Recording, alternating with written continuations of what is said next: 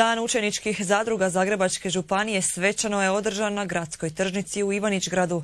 U ime Zagrebačke županije zadrugare je obišao i zamjenik župana Ervin Kolarec.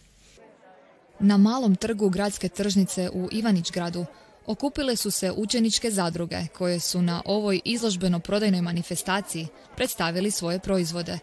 O važnosti zadruga i poticanju poduzetništva među djecom govorila je Darinka Balen. To je oblik izvannastavne aktivnosti kojim pokušavamo djecu naučiti uporabne vještine da danas sutra kad oni završe svoje fakultete, a možda ne nađu taj tren posao, znaju raditi sami svojim ručicama proizvod koji ima tržišnu vrijednost i zaraditi nešto novčića. U samom zadrugarstvu, što i riječ govori, stvaraju se prijateljstva, djeca se uče pomagati jedan drugome, uče se suočavati sa poteškoćama, sa problemima. Ono što je najvažnije, mi ćemo ih od svih mogućih ekrana za kojima oni danas nažalost provode previše vremena. Na 10. danu učeničkih zadruga Zagrebačke županije, to je jedna posebnost u cijeloj Hrvatskoj, samo Zagrebačka županija organizira nešto ovako i okuplja svoje zadruge. Trenutačno ih imamo 43, ovdje danas s nama je 30 zadruga, one obuhvaćaju oko 4500 učenika, to su naši mali poduzetnici i naša budućnost, stvaraju ukrasne uporabne proizvode koji imaju svoju prodajnu vrijednost i naravno prodaju ih kao što će to i danas ovdje raditi.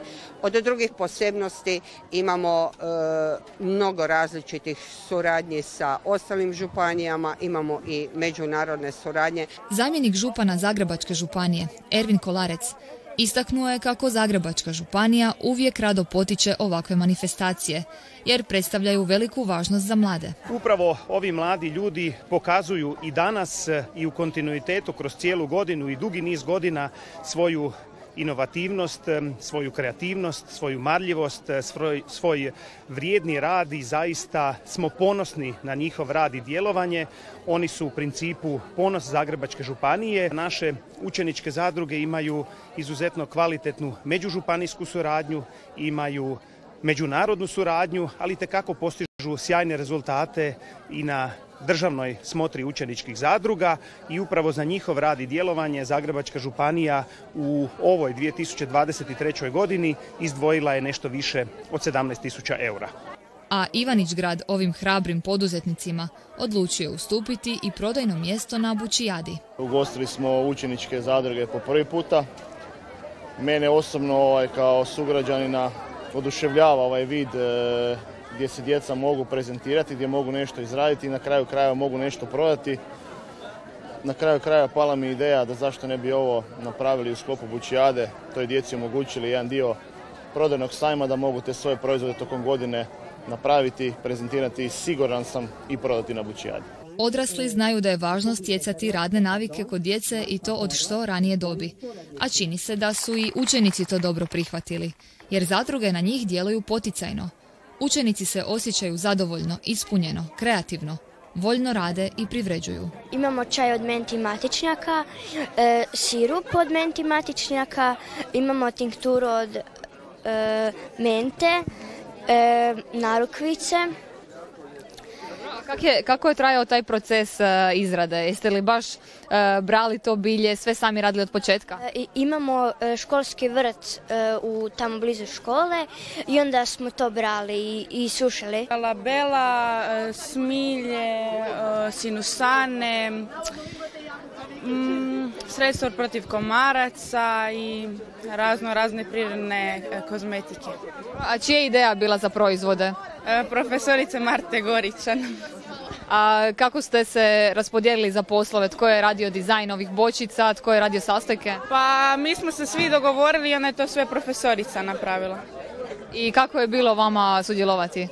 Meni je bilo zabavno, evo od prošle godine tu radim, evo jedna nova cura, ona je došla tek ove godine, a ja i moja najbolja prijateljica tu već radimo godinu i dana. Znači, baš je lijepo svaki četvrtak poslije škole malo se skupiti i raditi proizvode.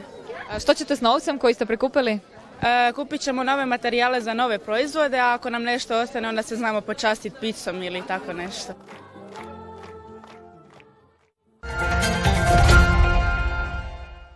U kući Amruš na trgu Josipa Jurija Strossmayera predstavljena je galerija Artmark.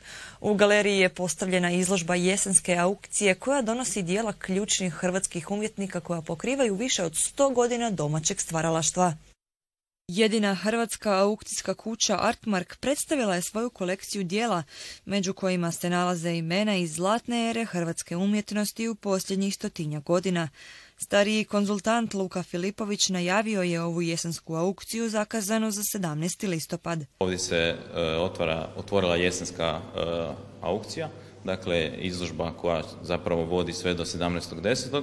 do aukcije koja će biti u hotelu Sheraton. Imamo pregled hrvatske umjetnosti najboljih 110, 120, 130 godina i možemo kroz ovaj način, kroz ove 3 prostorije u Artmarku vidjeti i najbolje predstavnike i najbolja dijela koji imaju naravno i svoju podlogu. Izdali smo prekrasan katalog koji će svatko dobiti tko poželi, tko ima interes. U planu im je standardizirati tržište ovakvog tipa te pružiti sigurnu kupnju dijela koja su ljubitelji umjetnosti mogli vidjeti samo u muzejima i galerijama. Želja velika ove firme je da standardiziramo jedno tržište koje do sada je u najmanju ruku budilo veliku želju, veliki interes, ali bez nekakvih platforma koje su nam možda nudile i povjerenje i nekakvu mogućnost da smo sretni i zadovoljni s tim što nam je zapravo strast, da spojimo sa nekakvom investicijom.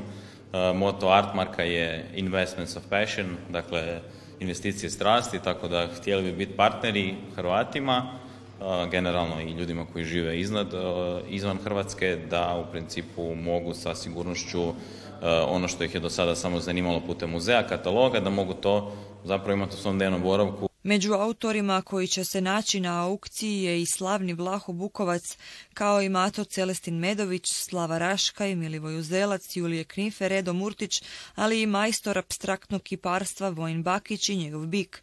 Stariji konzultant Luka Filipović otkrio je malo poznat detalj ovog dijela.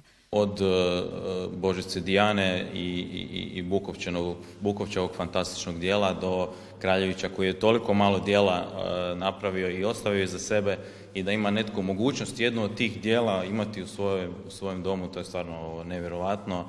Bakićev gips koji, evo, možda ljudi nisu toliko poznati, ali Bakićev gips u procesu nastajanja bronce je ono što prethodi bronci.